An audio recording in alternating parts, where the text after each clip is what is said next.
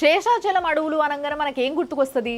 First ఆ వెంకన్న స్వామి గుర్తుకొస్తాడు, తర్వాత ఎర్రచందనం గుర్తుకొస్తుంది కదా. కానీ ఇప్పుడు ఆ శేషాచలం అడవులల్లా రాత్రిపూట ఏం జరుగుతుందో మీకు తెలుసా? చాలా మంది ఈ వీడియో చూసుంటారు ఆల్రెడీ, బట్ ఒక్కసారి చూడండి, మనం మాట్లాడుకుందాం.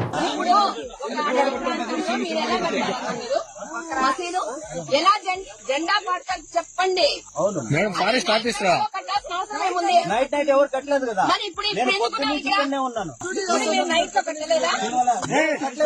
చూసిరు కదా, అర్ధరాత్రి పూట అన్నమయ్య జిల్లాల శేషాచలం అడవులల్లా దర్గా కడుతున్నారు.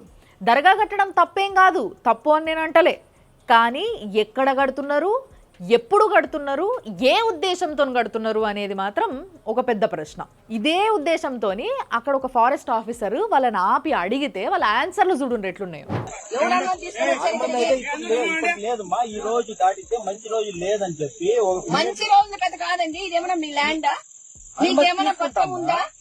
ఎట్లా ఎవరు నా ఇంటి కోసం కాదు కదా. ఇదెవరు చేయమన్నారు? అవును మా అది జెండా, అది ఎందుకు అంటారు? ఎవరు నాటమన్నారు నిన్ను? అది నాకు ఇక్కడ దేవుళ్ళ నుంచి ప్రజలు, దేవుళ్ళ నుంచి కానీ ఎవరి నుంచి కానీ.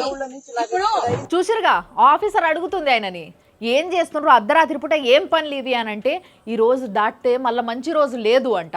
ఏందా అసలు రిజర్వ్ ఫారెస్ట్లకు రానికి నీకు పర్మిషన్ ఎవరు ఇచ్చారు, ఎందుకు వచ్చినావు నువ్వు అని అంటే, ఏమన్నా నేను ఇల్లు కట్టుకొని ఉండేటందుకు వచ్చినా, నా కోసం వచ్చినా, ఇది కట్టేటందుకు వచ్చినా అంటాడు. ఇదెవరయ్యా కట్టుమన్నారు నిన్ను, ఎవరిచ్చారు నీకు పర్మిషన్ అని అడిగితే, నన్ను దేవుడే కట్టుమన్నాడు అని చెప్తున్నాడు.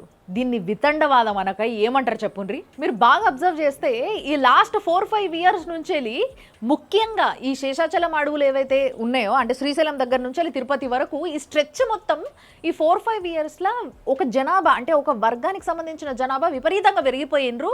ఇట్లాంటి సమాధులు కడతా ఉన్నారు. ఆఖరికి ఆ శ్రీశైలం బ్రిడ్జ్ కింద పాతాళ గంగలు అక్కడ కూడా ఒక సమాధి కట్టినరు.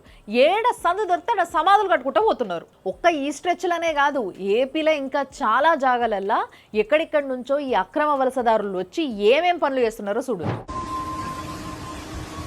आपका नाम क्या है, कहाँ से आया? क्या राजा? क्या राजा? स्टेट का नाम ఇలా ఉంది ఈ పద్ధతి. సమాధానం చెప్పట్లే, ఏదేంటో ఎన్నడో చెప్తున్నాడు. ఇంకా జాతర అందరూ కూడా.